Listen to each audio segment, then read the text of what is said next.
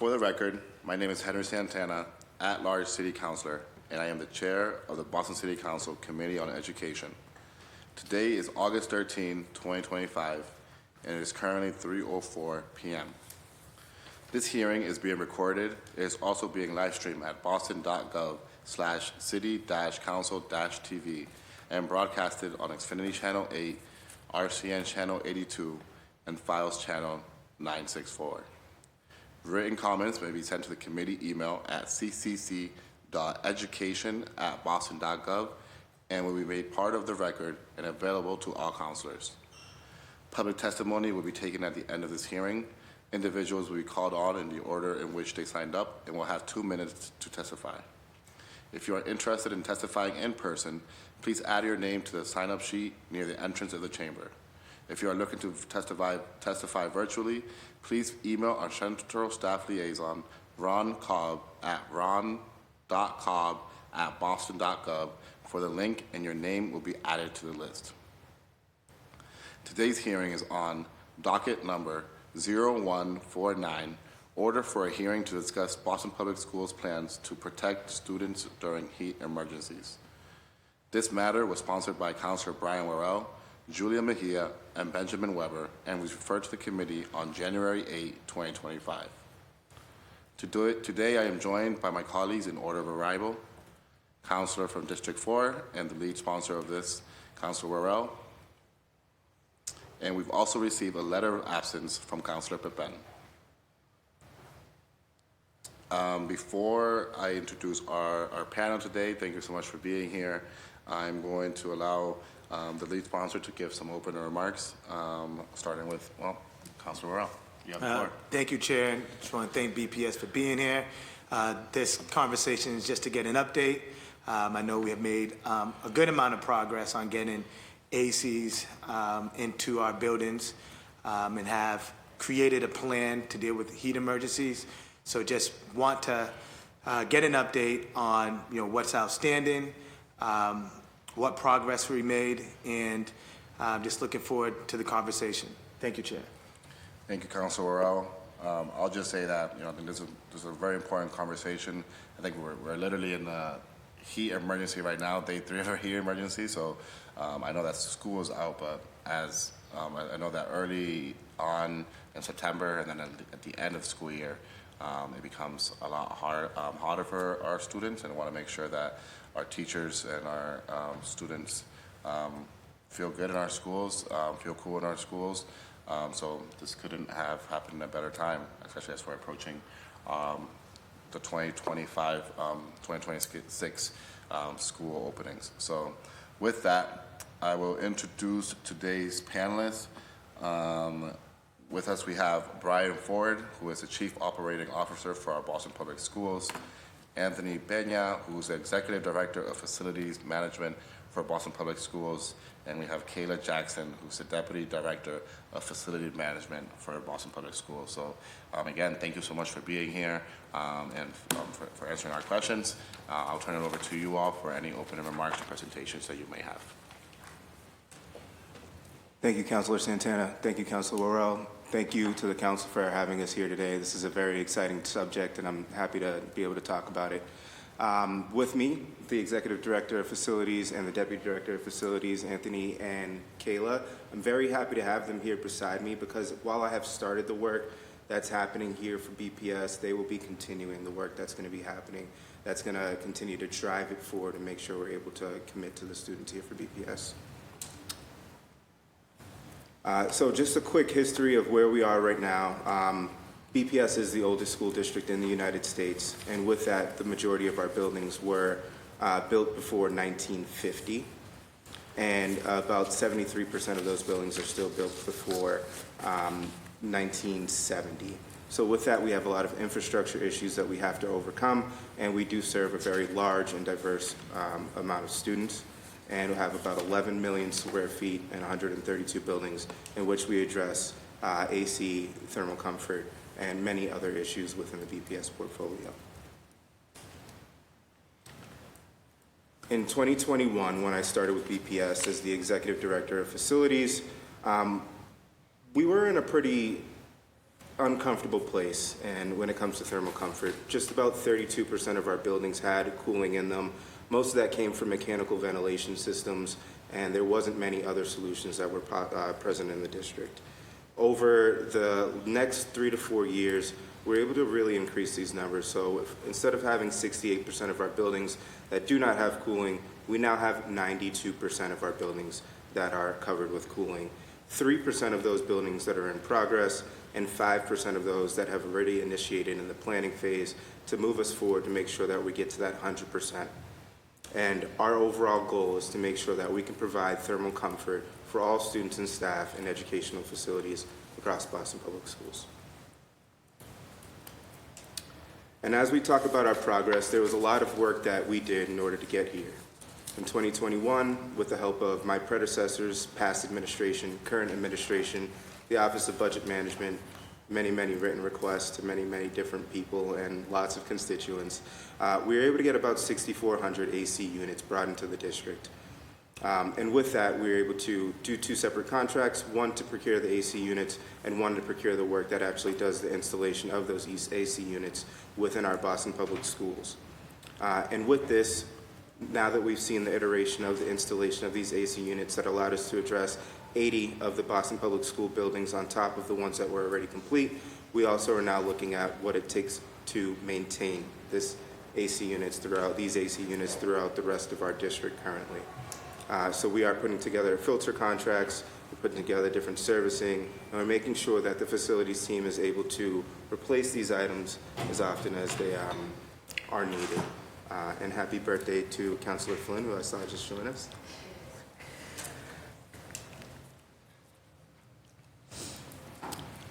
And there was a couple of different avenues that we took in order to get us to a place where we'd be happy with the thermal comfort that was in the district right now. We know that the ACs would take us so far, but it did leave us with about 10 schools that would still need a further solution in order to make sure they had thermal comfort. And so with that, the BPS schools facilities, we took it upon ourselves to look for other opportunities to make sure we could fund them. And the reason they needed to be funded was because the solutions to get here weren't as simple as it was in the 80 other buildings. This might mean that there was a configuration in the building that was not supportive of installation of ACs. It might mean the delivery of power to the building was not sufficient for getting ACs or thermal comfort there. And it may mean the simple indoor configuration of the building was not appropriate for this, and oftentimes it came with a larger bill in order to get us to exactly where we needed to be. And so with that, we sought out the IVAQ grant.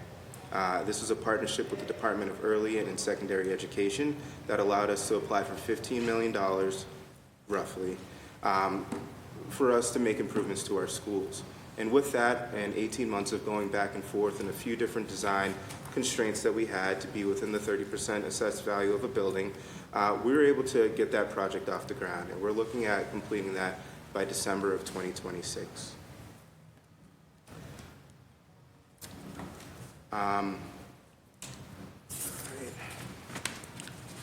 The challenges that we were facing in a lot of our buildings was that although we have a project that was we have a donor that has put in $15 million for work in our schools, we were also facing that there was a lot of back and forth in the design process. And this was because our buildings aren't assessed as high in value as we would have hoped. So it meant that we were going back and forth with the designer, going back and forth with the architect, going back and forth with the grantor, making sure that we were within the specifications. The one thing that we didn't want to do was negate from our goal, which was to make sure we're providing thermal comfort in all of the schools in BPS. So it meant that there was a lot of adjusting, and that's the reason that this timeline is also partially present here. One of the other partners that's helping us get this work done is Renew Boston Trust. Renew Boston Trust helps us to get energy efficiency in all of our buildings, and a lot of times you've seen them work on things such as the HVAC improvement across 6 of our schools in the district, photovoltaic cells or solar, as you may know it, at 4 of our schools, lighting upgrades, building envelope upgrades, water conservation, pipe insulation, walk-in freezer controls, and unit ventilators. All of this is to make sure that we're pursuing the most energy conserving measures in the district right now as we move forward. They're currently working on the Otis building, and that's helping us to shrink the amount of buildings left in the district that are still looking for a solution to thermal comfort. And so what you'll probably want to ask next is, what are we doing to make sure that students in our existing buildings are comfortable while we go through things like heat emergencies? And we put a lot of public dashboards in place. We put a lot of public tools in place. And one of those tools is our IAQ monitors. The monitors are able to tell us the exact temperature and humidity in a given building at any given time, and it lets us assess exactly what mitigation measures our BPS facilities team should be taking to make sure our students and staff are comfortable. But not only that, it lets us measure these metrics and figure out trends. These trends are helpful for figuring out what times of year we're expected to see heat emergencies, where there might be a higher level of pollution, where there might have been an event in the area, Canadian wildfires, for example. All of these things we're able to measure with these IAQ sensors to make sure that we're able to pivot and figure out where our influence is most felt. And with this, a lot of the data pointed towards seeing that the most unhealthy classrooms are in the high heat, no AC buildings, July and August. We're seeing that a lot less of the data, as filtered by some of our partners, points to the months of June and September. This doesn't mean that we don't have to have solutions put in place for June and September. Again, this is a public dashboard. Anybody could access it. We have links that we can share after this meeting, and you can go to your favorite local school or any school that's in your district to capture this information. And you can see that here on this slide is a quick picture of our dashboard and all of the different measures that it captured. On top of this information here, what we do is we refer to an ASHRAE standard that compares temperature and humidity back to what is a safe environment for a student or staff member to be in at any given moment in time. Right now, we are working through a few of our remaining buildings. So you were able to hear me talk about, we have just about 10 buildings that are left. 3 of those buildings are the Lee, Bates, and Kenny that have plans to move forward with the IVAQ grant that we were talking about before. We have the Otis School that's moving forward with the RBT project with Public Facilities Department. That means that we have 6 schools that are remaining that need to have interference in order to make sure we're able to provide thermal comfort in the district. What we have done so far is we've already taken the first steps towards working with big box vendors that have due assessments of our buildings to figure out what strategies are going to be applicable for this year and the next. And our teams are already working together on putting those assessments together for the general public.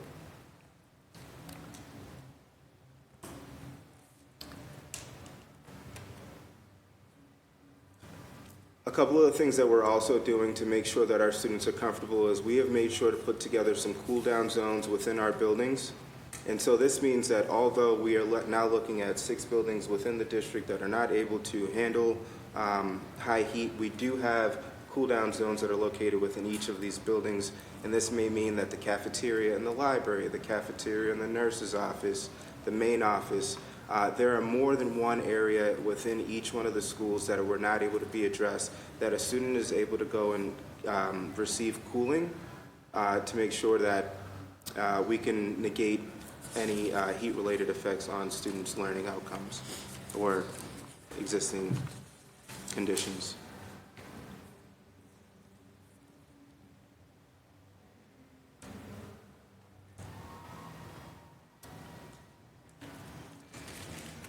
In emergencies, one of the things that we like to do is we make sure that we have fans deployed across the district. We have our spot coolers that are deployed across the district. This is, with only now 6 different locations, we are able to reallocate our resources across the entire district to focus on really just the 6 remaining buildings that need to be addressed for thermal comfort. So that means that even though we have the cool down zone, a lot of these areas you'll also see have additional sources to keep themselves cool. And on high heat days, You may even see us working with the Department of Emergency Management at the city level to set up misting stations, serve popsicles, and do our best to make sure that students are able to get a cool and calm environment. One of the things that we do a little bit less is we also have an additional building or secondary location for our students to be able to cool down. Oftentimes this might mean that the regular learning day is slightly changed and students will be relocated to another site. You would have seen this last year with the Lee School moving over to Tech Boston Academy to finish out their day so that students are no longer going through these high heat situations. So the next steps that we have outlined for ourselves is we're going to continue to make sure that we're ironing out the scope for the remaining schools. There are 6 of the 6 schools that are remaining, 5 of which need a plan. One is just going to be unoccupied, which is helping us get towards the goal of having 100% of our buildings be thermally comfortable. And with that, we've already started this process, and we'll hope to update you as soon as we have more information on that and moving forward with the next budget year.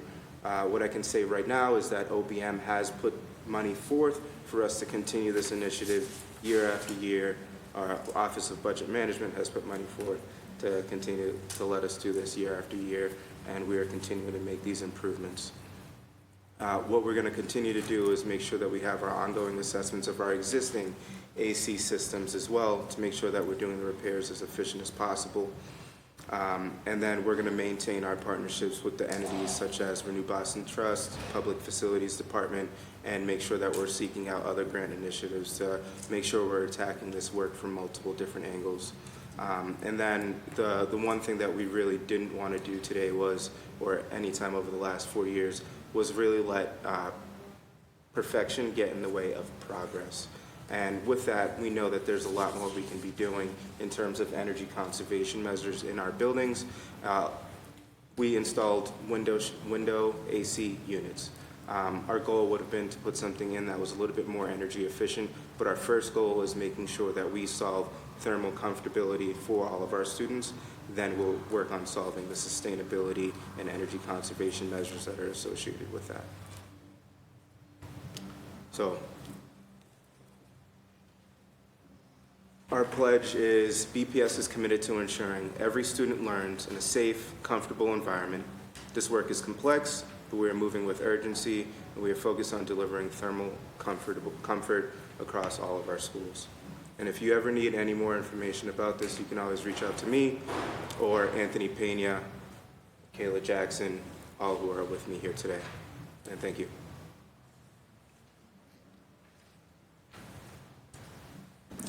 Great, thank you. You guys are good, right? All right, great. Well, thank you for that presentation. I'd also like to acknowledge that we've been joined by, let me just read it in order, by Councilor Mejia, by Councilor Flynn, who, happy birthday, Councilor Flynn, Councilor Weber, and Council President Rusi Luijan. Appreciate my colleagues being here.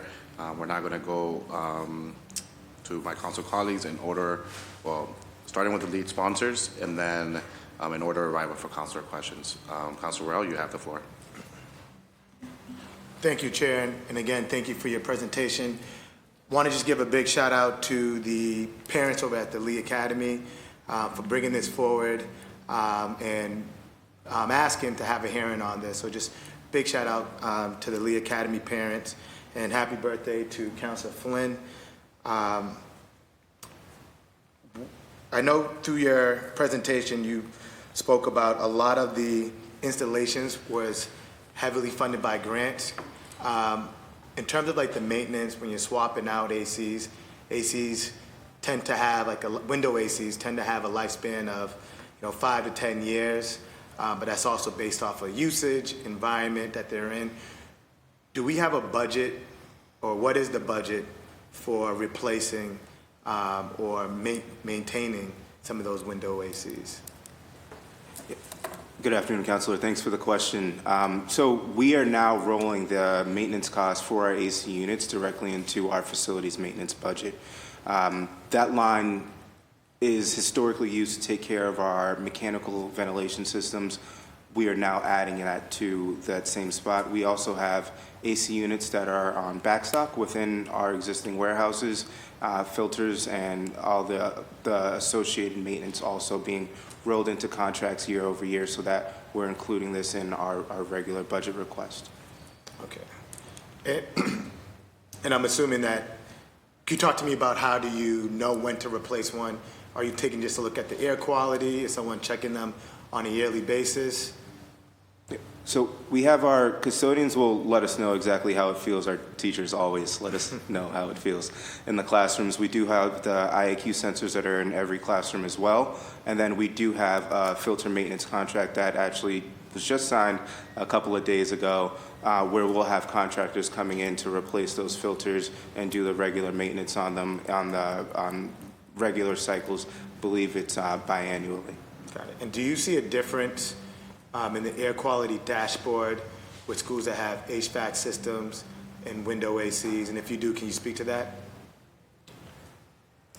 I'll have to defer on an answer to that exact information. I know that currently what we're seeing is a lot more people are comfortable. We're getting the correct amount of air changes per hour in our buildings, whether they have an AC unit or whether they have mechanical ventilation. But I think we're starting to see that there's still some incidences that are neighborhood related, or that might be, someone cooking with a sterno in a classroom that may be changing some of these things. But I'll have to defer and get you a more solid answer. All right. And then I know the state this year has a change to our refrigeration standards for our AC units. How does that affect the work that you're doing, whether it's our HVACs or our window ACs? Yeah, so we're starting to see a ban on the refrigerant. This is related to the Montreal Protocol that happened, I would say, about 5 to 10 years ago. Generally, they'll go through a period of banning the refrigerant. What that means is that the availability of that refrigerant to continue to serve our buildings generally comes at a higher margin.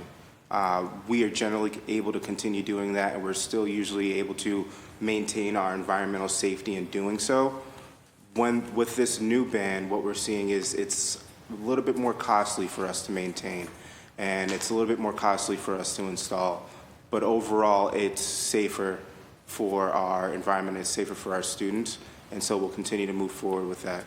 That's the immediate impact that we're seeing, and we're starting to have different conversations when we go through design of what it means to install refrigerant and how can we make sure it's available on the market for a long period of time and not one that's going to cost taxpayers a premium. And my last question is, I think you touched on this a little bit. Well, I'll go back to another question. It's outside of schools, and I believe it was one of our interns that brought this up, is all of our school buses, do they all have ACs? I embarrassingly do not have that answer in front of me right now. Okay, all right. Well, no further questions, and thank you. Thank you, Councilor Burrell. I'm happy to through the committee to put that request in. Councilor Mejia, you have the floor in 5 minutes. Thank you, Chair. Hey, congratulations, Brian. So you got a little upgrade. Thank you. Just want to note that for the record. I see you. All right, so I have lots of questions. No, sir. So I'm just curious, if we were to enact a plan here, do we have a ballpark figure in terms of timeline? How long would it take to install proper HVAC units in all the BPS buildings? Will we be able to hit our goals by the summer is really what I want to get at. I would say the answer of hitting the goal by the summer is no.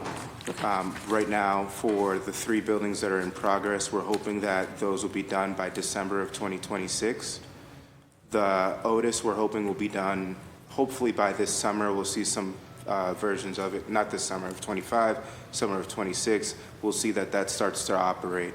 As we put more contracts out to bid, we usually see about an 18 to 36 months turnaround. But I can't guarantee that until we have contracts out on the streets. And so, in speaking of contracts out on the streets, then what's the goal for minority and women-owned opportunities. Who's managing that part of the contracting? I'm sorry, could you Yes. rephrase the question? Yes. So we are working at closing the racial gap here in the city of Boston. And so as we are looking at opportunities, this is one that I think is well suited to help support making sure that we have minority and women-owned businesses participating in your procurement process. So what are we doing to ensure that we're getting the word out to as many people of color and women so that they can take advantage of these contracts? Yeah, absolutely. So in the past, what we've done when we put contracts out is we reach out to a partner in the city that formerly was someone named Carlita Chambers, who would help us get that information out to different minority and women-owned businesses within the area to be able to compete. And then oftentimes in our bids, we are also making sure that those bidders are satisfying all the different metrics in there for diverse employees within their companies, despite their ownership, ethnicity, and background. Thank you. Thank you for putting that on the record. We appreciate it. I'm curious, who is directly responsible for ensuring these upgrades happen on schedule, and how will this progress be monitored going forward? Like, what is there like a dashboard? Are we going to be able to see real time? So I would say multiple entities are responsible for making sure this work is moving forward. But if you want to put somebody, to hold somebody responsible, I would say you can hold me responsible. Okay. We don't have necessarily a dashboard in place right now for the work that has been finished and the work that needs to be done. We know what's left to do, and I'm happy to work with you to figure out how you would like to see this. Okay, look, Kayla and I could work together and figure that out. Okay, so I'm curious because I'm not going to name, there are some schools that you will walk into and you'll literally melt. You think that September, we now, with climate crisis that we're dealing with, sometimes the heat wave is, right until October. So I'm curious, like, what are we doing outside of the summer months? I know this is about heat emergencies, but I'm just curious, like, how are we grappling with the fact that, end of October, early, November is still hot in certain spaces and places, and what's the timeline, and what are we doing around expanding just the summer months? Yeah, so right now, there is not a clear answer to what's happening outside of those. I would say our swing season is a little bit longer. Contractually or legally, we make sure that cooling is provided until the 15th. More so, heating is provided starting on October 15th, and it goes through May 15th. So can you change that, though, given the fact that it is, after the 15th, it's still hot? That is not my regulation to change. What we do is Who do we need to talk to change it? I'll follow up with you and make sure we get that in writing. Yeah, I just think that it's important for us to really think about the long game here. If it's an easy fix, might as well just fix it, because it is hot after September the 15th. And I believe that until we fully enforce the installation of HVAC systems in the remaining schools, I'm just curious, what is the heat emergency protocol? Like, what indoor temperature threshold are classes modified or canceled? Like if it's 110 degrees, do we close down the building? Yeah, so it's an ASHRAE standard, and I don't have the chart directly in front of me right now, but it's a temperature and a humidity factor. And oftentimes it's over 80 degrees or 85 degrees, and the humidity being over 80 degrees, that creates that uncomfortable feeling where we're now looking at something that is unsafe. But we don't want to see classrooms get there. And like I said, now we just have the 6, we have the cool down zones, we're able to move air through the building, and with the IAQ sensors, we're able to see when these metrics are off that we needed to make a pivot. Okay, I'll wait for my next round. Thank you. Thank you, Councilor Mejia. I'm going to go over to the third co-sponsor of this, Councilor Weber, and then we'll go in order of arrival after that. Councilor Weber, you have the floor. Sure. Yeah. How you doing? I'm sorry, I think you mentioned 6 schools that we're working on. Did you identify them? And if not, can you just tell us which 6. Yep.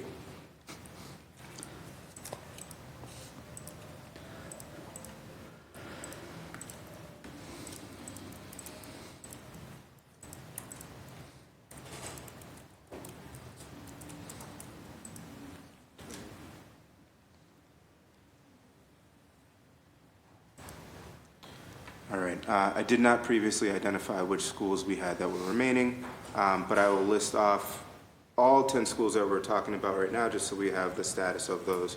We have the Otis School that was in progress, and that's with the RBT project. We have the Mather School, where we use it for a study, so we'll have next steps on that one soon. The Kenny that has a project that is in progress. The Academy that has a project that is in progress. We have the Taylor School that will soon be merging with the help of our partners at the MSBA.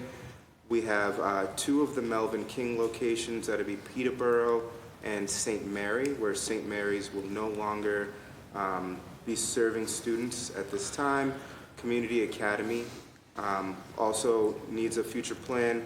This one just recently changed in its bearing to give a diploma. And then we have the Bates that has a project in progress, Mozart that we're planning for as well, and I believe that is the conclusion of our list. Okay, thanks. And I guess, do you have any, looking at it now, do you know why certain schools, have sort of been left behind in this way? Was there regions where we were doing this and other places we weren't? Is there any rhyme or reason to why, there's schools that need this work? Yeah, so there's 2 things. There was no plan to leave any school behind. We started by using the Opportunity Index for all of our installs in our racial equity planning tool.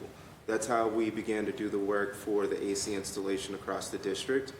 When we got to additional pitfalls, which might have been the electrical or some other infrastructure issue, we then put it on a list of it cannot be completed under this simple AC unit install. We need to create a longer plan. When going through the IVAQ grant work, we also apply that racial equity and planning tool and opportunity index to start the next set of buildings that we're going through. And we're continuing to make sure that we're working with equity in all of the buildings in the way that we address them. Yeah, no, and I'm assuming a lot of the decisions that were made and the work done was before even, our current mayor was, this wasn't like a recent thing that these schools were sort of left out of having window units, right? Is that? Oh, yeah, all the window units we started in 2021. Okay. Yeah. Do you have, is there any science that guides you in terms of like when kids are maybe at risk? Is there a certain temperature inside? What are you looking at? Yep. So we have our ASHRAE standards, and forgive me, I just don't remember the acronym right now, but it's something that OSHA uses in order to make sure that spaces are healthy for students or staff or others, depending on what their trade is and where they are.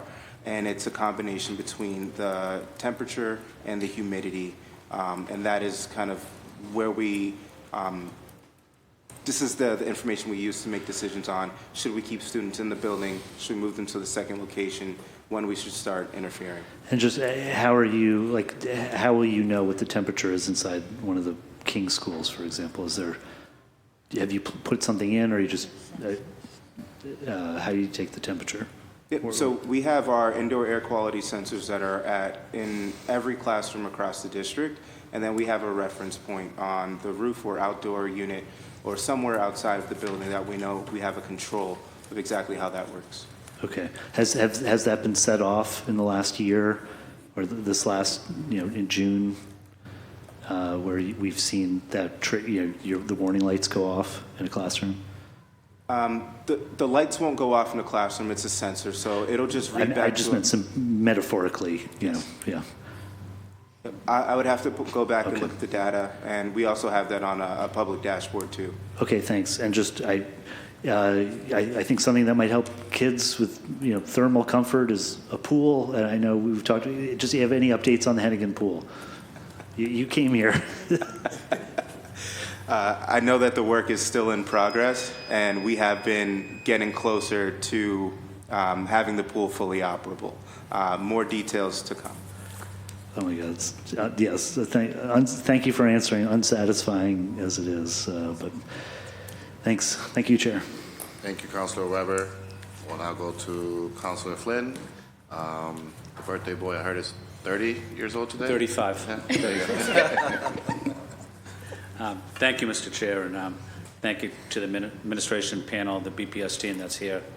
Thank you for the work you're doing, and just wanted to follow up on my colleague, Councilor Weber, his question. I know it's off topic somewhat, but Brian, I appreciate the work that you've been doing, but I do want to ask you about the Blackstone School and the swimming pool. Is there anything you want to add about the Blackstone? Thanks for the question, Councilor Flynn. At this time, I don't have any additional information about the Blackstone.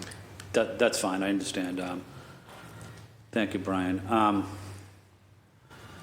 Again, want to say thank you to this team for the work that you've been doing. And Brian, I've worked with you for, I don't know, many years, and you've always been an excellent employee, doing a tremendous job, so I just wanted to acknowledge that. So Brian, let me ask you a question.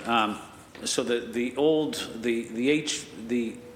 AC conditions, air conditions that are in the window, what is the shelf life of those? Someone asked that question, but just wanted to try to get a better reading on that.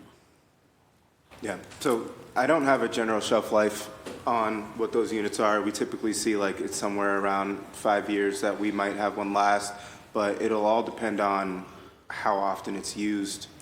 A lot of teachers don't like AC units, so oftentimes we'll see that change. I can get you some manufacturer's recommendations. Okay, the reason I was asking is if they have a shelf life of, say, 4 years or 5 years, do you track the number of years that system is currently in the window? If it's in 4 years, are you already preparing for a transfer of a new air-conditioned system? What I'll say is we have air conditioners that are ready to replace the ones that are currently in the windows. In terms of if a unit has been in place for 4 years, do we already have a planned replacement of that unit by timeline? We do not. Okay. Currently. For schools that have the traditional AC in the window, are you able to think long-term about having, are you able to do central AC? Are you able to install central AC throughout the building in such a way that, you know, it does take investment in money, but is that a possibility? Yeah, so that's the goal. The goal is that we're going to have some type of central air. We have a full ventilation system that's installed across the entire building. But the first goal that we're trying to achieve is making sure that every student is thermally comfortable. After we get there, it'll be continuing to partner with PFD, the Renew Boston Trust. It'll be using our own capital funds to make sure that we can move towards something that's a little bit more sustainable, but also fully encompassing and ideally mechanical, where we can control it from one location and we don't have to worry about manual entries changing our buildings. In BPS, in storage, they do have the new AC boxes ready to be put in place in case it's needed immediately? Yes, we do. Okay. For the current AC that's in the window already, do they have to be maintenance? Do they have to be cleaned at a certain time every year or every couple of years? What is the process for that? Yes. So we, just a couple weeks ago, maybe last week, signed a filter maintenance contract and a maintenance contract for our AC units, and we believe it's biannually, generally end of the season, beginning of the season, that we would want to make sure that these are serviced, cleaned, and if not operable, and much before the start of the season, we have time to pivot to replace a unit if needed. Okay. And I know one of my colleagues asked the question earlier, just want to follow up a little bit. So if there is an AC in the room and it's working, but it's still very hot in there, say in September you might have a 90-degree day, what is the process? What is the protocol for that? So within the school, we would expect that they would work with their custodian to see if there's any mitigating measures within the building that they can do, whether that's a fan, an air purifier, any other item that might be within that existing BPS building. If that solution is not working, they can make a call to our energy office, and we will see what we can do in terms of mitigating the temperature in that building. If the energy office is unable to provide something immediately, we often see if there is an available resource within the district, such as our spot coolers or additional fans that we can bring in to help supplement the air or comfortability of that space. Okay, Mr. Chair, may I ask one follow-up question? Of course. Thank you. So Brian, just my follow-up question. So if it is very hot and the AC is working, tell me about the hydration plan to ensure students are drinking water. Is that a priority as well? And if it is, tell me about the protocol of getting water for the students and the teacher. Yeah, absolutely. I'm actually really glad that you brought this up. So prior to every heat emergency, the night before, the week before, our team and facilities make sure that we are able to deliver additional bottled water to all of our buildings. And they're generally set up in places like the nurses station, the main office, but also you may have heard that we are also doing a district-wide water initiative. And this was to make sure that we had bottle filling stations, water bubblers, I'm going to think of all the different ways to say water bubbler, but all the different ways that we have these installed across the building to make sure that all of our students have access to not only cool water, but fresh and filtered water that is lead-free within each of our buildings. Within the building itself, telling students to hydrate is a function of the staff and admin that's there, and we do encourage that and send out reminders via memo just before heat emergencies do occur. Thank you, and also want to acknowledge the two colleagues for their work as well. I didn't ask you any questions, but do want to say thank you for your leadership as well. Thank you, Mr. Chair. Thank you, Councilor Flynn. Council President Nugent, you have the floor. Thank you so much, Mr. Chair, and happy birthday, Councilor Flynn, to a fellow Leo. Leos are, you have a lot of Leo pride in here, okay? So a lot of my colleagues have asked questions that I had, including Councilor Weber, about the schools. I want to also elevate parents who, I started when this council had opera dollars, and we had a lot of the flexibility and funding to do a lot of this work. And I want to elevate one parent who was consistently here at our hearings talking about the need for HVAC in all of our schools, Mike Ritter, who actually started a petition saying that 90 out of our 125 schools don't have sufficient HVAC. And I know y'all are the ones who come here, and I know how deeply y'all care about our facilities and how deeply y'all care about our schools. So I just want to start off by saying thank you, because y'all are doing really important, incredible work. I see y'all, and I know how deeply y'all care. I want to know what the right number is now, because that was back in 2022 when the petition was saying 90 out of our 125 schools don't have sufficient HVAC. And here we're talking about, you listed out the 6 schools where there's an issue with respect to heat in particular, but how many of our schools in general right now do not have like a fully efficient HVAC system? Yeah, so the number of schools with full HVAC systems has not changed in the last couple of years. We've seen an addition of about the new builds that have come online. We're just over 40 buildings that have HVAC, and I'll get the exact number. I believe it's 43. The remainder of our buildings just have the AC units that are in them, and that's about 80 of them. And they don't have what we consider the acronym being heating, ventilation, and air conditioning. So they do have the heating and they do have air conditioning, and then the ventilation portion of it is, while we're meeting the air changes per hour that are required, they do not have a mechanically ventilated building. How are you meeting those air changes? Do you know? I don't know. I'm asking the science behind it. How do you meet that if you don't have like the actual technology? Like what? Yeah, so the older buildings a lot of times are built with natural draft heat dissipation and natural draft dissipation through the buildings in the way that they are designed so that the air naturally escapes in a unified path based on the outdoor intake that's generally located near the boiler room. In some cases, and definitely during COVID, we accelerated what that air change per hour looks like by adding in the additional fans recommendation of 1 window open or 2. But like also manual fans? That's correct. Yeah. Also manual fans to get that increase in the air changes per hour just a little bit higher to make sure that we're not having stagnant air. And then this is, again, something that we need to continue to work on as a district in whole. Okay. So like there's 10 schools that don't have any of either the HVAC or the air conditioning, and those are the schools that we are focusing on, that you are focusing on at the moment. And I want to also just uplift the parents who've reached out to our office about those issues that are extremely, like, they come to us extremely frustrated, and it's really, sometimes embarrassing for us to not have a good answer for them on sort of the timeline. So I appreciate you and the work that you're doing to give us that timeline.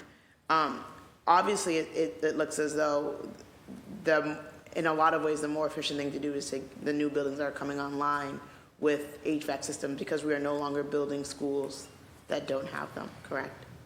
That is correct. I'd also like to highlight that, and I've been to schools for the school visits where it's the winter time and it's really hot because of the inability to regulate the temperature in the room. And so it's really warm and the teacher has like a fan or something else happening in the room. How often are we seeing something like that happen? I would say in the wintertime, we are seeing calls that complain of overheating. Enough that I would say that weekly that we get a call like that. Yeah. A lot of it's due to steam heat that's in our buildings. It's about 70 of our buildings operate on steam heat. And we are able to make those changes. Individually to that one classroom or to the overall building? Sometimes both. In the buildings that are coming online now, is there self-regulation in each classroom, or does that still vary? It still varies. What is the best practice? I don't have an answer for that one. Okay. I think that not having the ability to control it at the room level means that you're going to have more stability at the building level. And I would prefer for our energy team to take care of the entire building and not have one room at 60 degrees and the next room at 90 degrees offsetting each other. What accounts, I think you talked about this, like what accounts for that like variation?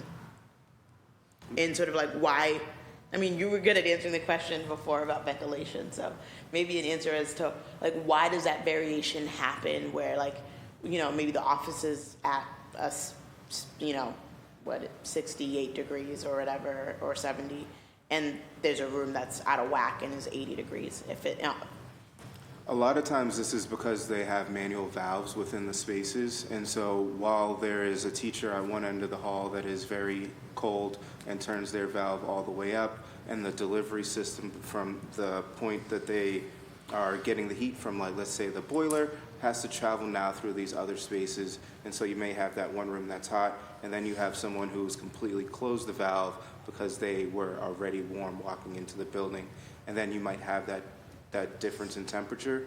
And sometimes it's because there's condensate leak, sometimes there's a clogged pipe, sometimes there's a clogged trap, and sometimes that's also adding on to a lot of the problems that are happening in our schools as the steam system starts to get older.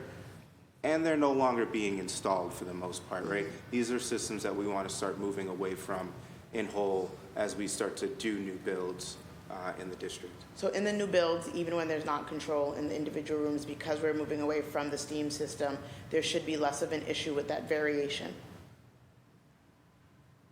Yes. Okay. Last question is, we often also hear about teachers having to buy, like a fan or an AC or should that be happening, No. they can call Facilities. facilities and a fan, something will be given or provided to them if they need it. Yes, and we should have, go ahead. There are fans in all of the buildings. They should be in touch with the custodian to be able to get a fan if they needed something extra for their classroom. Okay. All right. And if there's an AC issue, they can actually call us at facilities. Okay. Thank you, Kayla. Thank you. Thank you, Brian. Thank you for being here. Appreciate it. Those are my questions. Thank you, Mr. Chair. Thank you, Council President. I will now.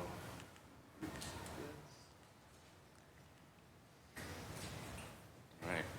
I have a few questions, and then we'll do a second round of questions.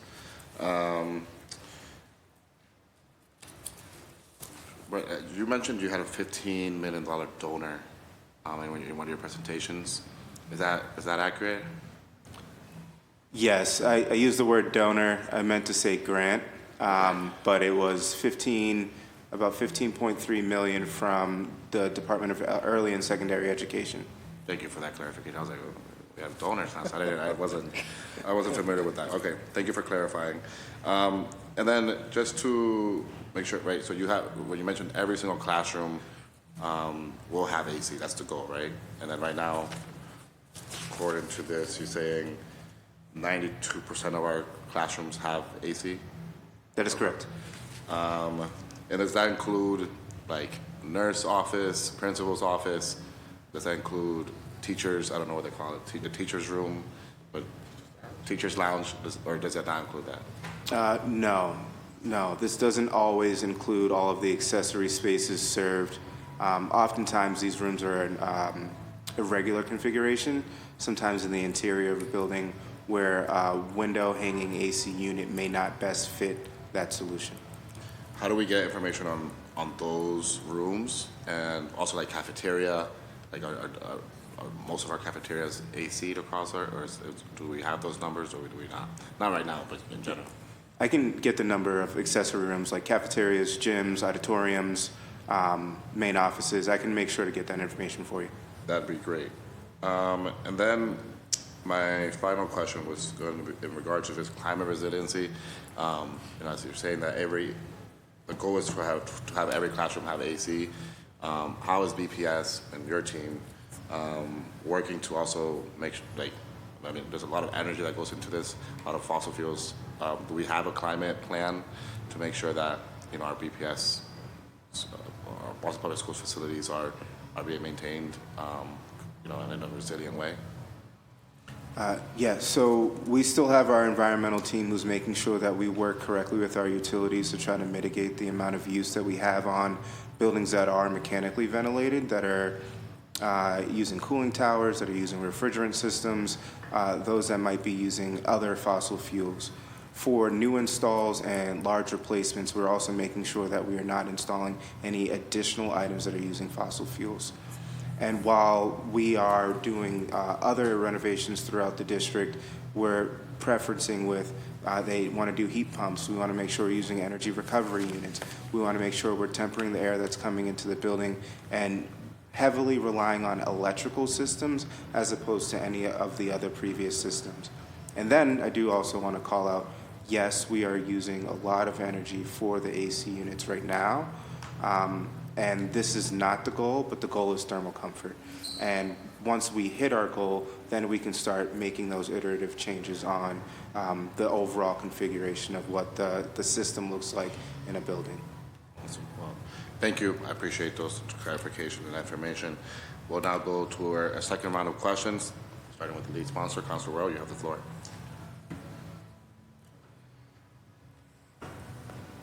Thank you, Chair. And I have one, maybe two questions. The first one is, when we're converting from window AC to HVAC, is that only happening through new builds, or are we thinking about actually improving one of the old buildings to install HVACs? And then if we are there any in process now that are going through that conversion? But if there's none going through that conversion, when do we plan to start on that conversion from window AC to HVACs? Yeah, absolutely. Thanks for that question. We do have a couple of buildings that are going exactly from this configuration right now. A few of them have been with the Renew Boston Trust project. The Otis building is a version of that that's happening. I'll have to get you the list. But what happens is as soon as we are able to do like the facade of the building and remove the AC, a lot of times we're installing air handling units on the roof, or we're doing ductwork through the center of the building, and we're then repurposing those ACs. We're keeping them as standbys for additional areas across the district, and I will get you a list of those as well. All right, and then you provided a list of 10 schools. How many of those schools, because I know the Taylor is merging, but how many of these other schools are coming offline out of the 10? I don't have the answer for all of that yet as we look at the reconfiguration of our building and planning on our 18-month cycle. Those discussions will happen with the superintendent and members of our capital planning team as we continue to reshape and plan for the district year over year. Thank you. No further questions. Thank you, Councilor Worrell. Councilor Mejia, you have the floor. Thank you. Just curious, how much did we spend on those window ACs? Because I know we're here talking about HVAC, but I just want to, it would be helpful for me to understand the investments we made on apparatuses that we probably will no longer be using. Yeah, you're not going to be happy with this number per se, but it's about $8 million that we spent to resolve the majority of the problem of uncomfortable students and global warming or higher rising temperatures, but we did it in a short period of time, like about 3 years. We solved most of these. And how much does it cost to convert to the HVAC system per school? Yeah, we did the assessment on one, and so I can give you extrapolated numbers because I won't have exact numbers on those. What we're seeing is that we're spending about $5 million per building on the correct update, and that would be even on buildings that are not exactly the same size. So if we take that, we solve what would solve the problem in 2 buildings, solve the problem for 80 buildings. A Band-Aid didn't solve the problem, just temporarily cooled it. Right. That's fine, Temporary, we cooled the problem. We didn't We ventilate cooled out the problem. problem. We didn't fix the problem because I don't want people to think that We alleviated it we a little bit. alleviated the hardship. That's right. Okay. And I am curious about your decision-making process. How did you identify which schools were going to get what? In terms of, Like the Otis, what was your thinking? What was your decision-making model for which schools were going to come on, which schools were going to get approved? so what we took was one approach. The first approach was AC units for all the remaining schools in the district. It was about 90 at the time that needed to have AC units. AC units are like windows, right? That's right. Right. So window AC units.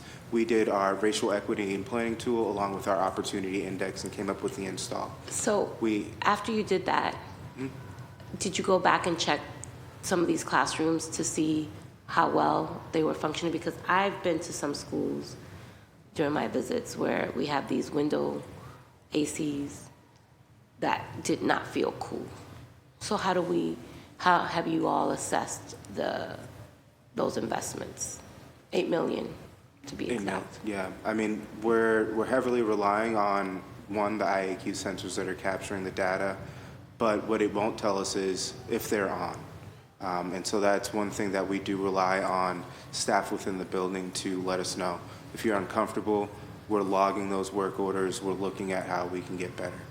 Yeah, I think that's a good note to make. And I'm curious, $8 million. Are those opera dollars? I don't believe so. I believe it was ESSER dollars. Okay, ESSER, the government. So what's the game plan for where we're gonna, another donor, another grant? How we're gonna close the gap? Because there's a lot of schools that still need love. That's right. Yeah. So we've been lucky enough for the Office of Budget Management to continue to fund our capital request for HVAC solutions and HVAC improvements in the district year over year. And so we're continuing to use capital dollars that are planned for to continue to make those improvements, as well as making sure we carry some operational dollars. Yeah, and how are we leveraging our relationships with like the unions? And because I always try to figure out how we can make things happen in ways that everybody wins, right? You know, we have Madison Park, an alleged voc tech school here in the city of Boston that we have never yet to, you know, really meet the moment for them. But we have unions that are actively engaged in HVAC, you know, work. How are we partnering up with folks so that we can get this done quicker in a way that taps into all of the resources that we have? You know, Boston is resource rich, but coordination poor. There's so many opportunities for us to really leverage those networks to really help support the financial impact that, you know, it takes to make this happen. So I'm just curious kind of what thinking are you all doing on that front? Right now, the way that we engage the most with the union is by making sure that when we put out our contracts, where we set a preference for union workers that pay a prevailing wage and, you know, make up a diverse background, and that's pretty much the main way that we engage with them. So you And don't then- engage with any of our like public institutions like Northeastern or even BU or some of these, so that's the union, but I'm just curious about like all these people who are occupying space in Boston, these universities who don't pay their fair share of pilot taxes. Like what role, if any, have you all engaged those folks in terms of how they can give back to Boston Public Schools? In terms of funding? That's just not one of my main focuses. Not to say that finding additional funding isn't one of my main focuses. Reaching out to these different partners is something that isn't quite my expertise. So I would say that I would need to defer that question to our team members that do work in partnerships, that do work in grants, and that are exploring some of these opportunities with the neighborhood. I would love to see us really start thinking outside of this box and this little bubble that we're in, because I do believe there's so many opportunities for people to give back to our kids in ways that really help support Boston Public Schools. And I think whatever that looks like, and if we can leverage those partnerships, I think we should, because I know BU has HVAC and Northeastern has HVAC. I know they all have what they need to be successful, and so should our kids. So I put it on the record. I hope they're listening so they can act without being asked to do something. And that is to be said, and I know the chair is looking at me. I just have one more question. I'm just listening to you. No, go ahead and ask. I get un complejo. I don't know how they say that in English, but I get paranoid about like how my posture is and how I'm showing up. So I'll be quick. I'm just curious. If you could just tell me what are there any technical or logistical barriers that may ultimately prevent or delay the installation of HVAC systems? You know, any outdated electrical systems, structural issues? I'm sure there might be some things that prevent us from moving forward, and if so, I would love to hear what those things are. Yeah, I think you nailed a couple of them right on the head. So electrical barriers are definitely the number one thing that we've seen in our older buildings that are holding us back. We've also seen that the current layouts of our buildings are holding us back. One of the major things that's holding us back is that the fact that our building is old and it's not keeping up with the value of the neighborhood. And so oftentimes we're seeing that our building is often the cheapest in value or cheapest in assessed value in a specific neighborhood.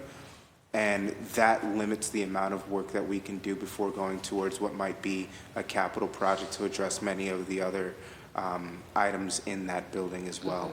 And so I would say that is one of the major pitfalls we're facing. And in regards for the buildings being old, I'll just note that there is a parent who has done a lot of organizing around access to clean, healthy water.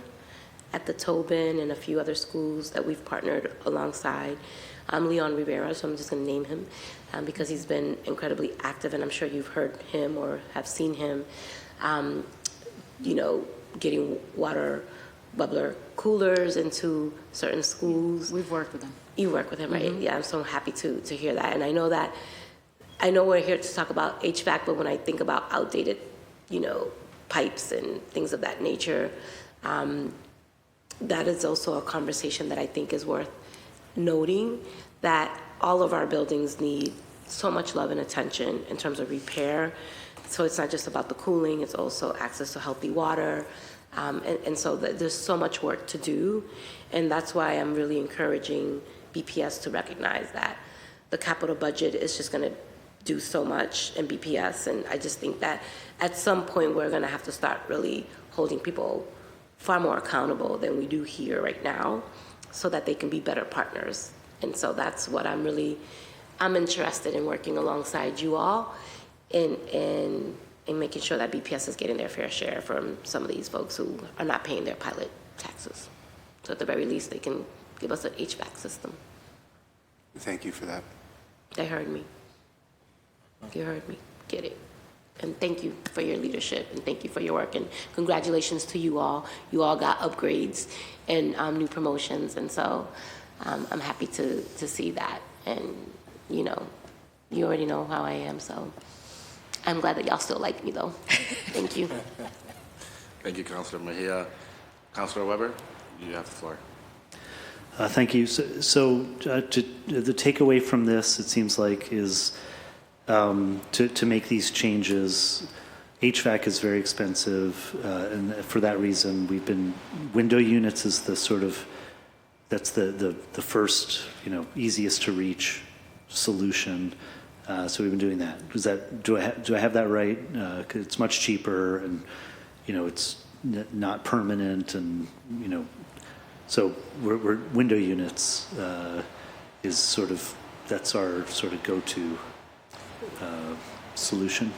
Yeah, that's right. So I I'm would not say, criticizing. I'm just I just want to get my facts right. That's all. That's right. I would say it's the most immediate partial solution to the problem, while we continue to plan for a longer infrastructure upgrade across the entire district, and knowing that the remaining buildings likely are not able to support AC units either. So they will have a different version of an upgrade that's coming. So in JP, we have the geothermal pilot at the JFK school. I don't know what your thoughts are on that so far. Is that a potential model for other schools? What are your thoughts? I think geothermal is great when you have the space that properly allows the maintenance, drilling, and installation of it.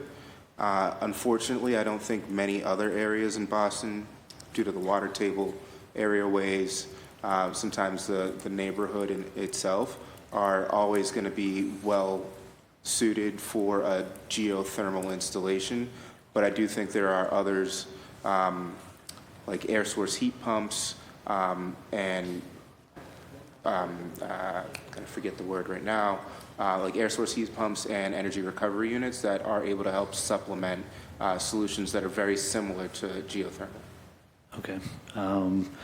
Okay. Thank you. That's all I had. Thank you very much, Chair. And thank you. And looking forward to an update on the Hennigan. Thank you, Councilor Weber.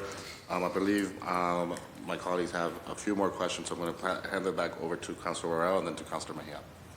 Councilor Worrell, you have the floor. Thank you. And I think I just have one other question, but I could throw a pool question in there if you're ready to answer that, but I won't. I'll stick to the topic. When we're assessing schools to convert from window AC to HVAC systems, what goes into that assessment? It's a really tough question. So I would say the very first thing that we do is we identify the problem that we're trying to solve, and we look at the overall configuration of the building. It usually starts with the FCA data that we collected a couple years ago that identifies like what is the electrical load coming into the building, what is the water delivery system that's there, What is the electrical configuration within that existing space? Is there a way for us to install ductwork right now in this building? After we have done a lot of our kind of assumptions based upon what might be in the building and how we can configure it, we also have a list of suggestions before we even start working with a designer or an architect on any of this work.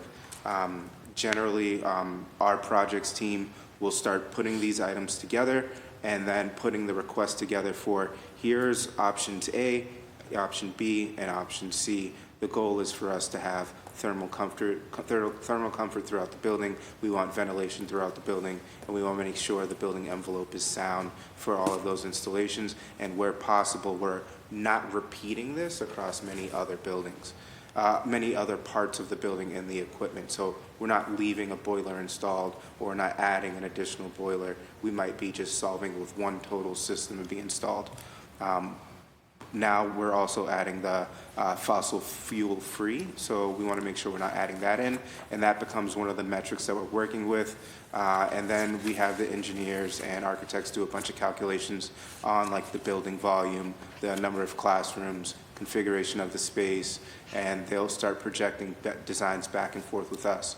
That initial phase generally takes about 4 to 6 months after we have figured out what our assumptions are for us to work with that designer. And then after that, it's funding, making sure that piece is in place and the procurement. And then sometimes we might see that the actual construction documents or design documents are not ready for up to 6 months after we've gone back and forth on the initial iterative design. Okay. And this is what happens with the schools that have window ACs, correct? Yeah, That so it this can would occur. happen with any school that went through a design process at all, but more especially in those that have going from AC to HVAC units. And how many schools have gone through that assessment?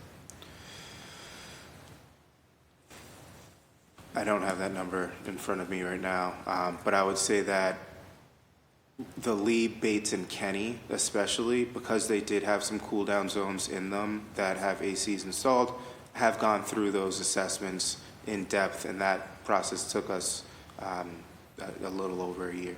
Got it. All right. So we don't have a number of how many schools are slated for that window AC to HVAC conversion. I would say every school that doesn't have HVAC is slated for it, but we don't have a timeline that is present at the moment. Got it. All right. That is my last question. Thank you, Chair. Thank you, Councilor Royal. Councilor Mejia? Yes, so there we go. I'm curious, how much would it cost a total? Just give me a price tag to do HVACs for all of our schools.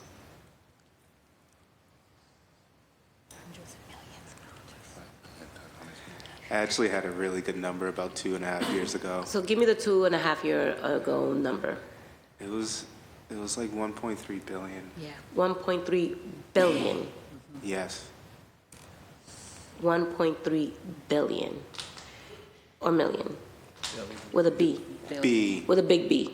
with a B. Oh my Lord. Okay, well that's a lot of money because I was trying to get you some money from White Stadium. So, but I was gonna be like, oh, it's $200 million. I can get you that money right now. But okay, forget about it. It's a 1 billion. So that's not gonna happen. Wow. So what could you do with 200 million? With 200 million, assuming that all the schools we're going to address are about the same size. Yeah. We were able to put together the project in bulk, and the bidders were all very fair in their bids. I would say 200 million likely could get us an improvement of about 20 buildings. 20 Right. buildings. Would be a fair assessment, assuming that we also didn't cross that 30% threshold of that building cost, and that there was all these other things were set up. And then obviously these factors also play into what that means for it as well.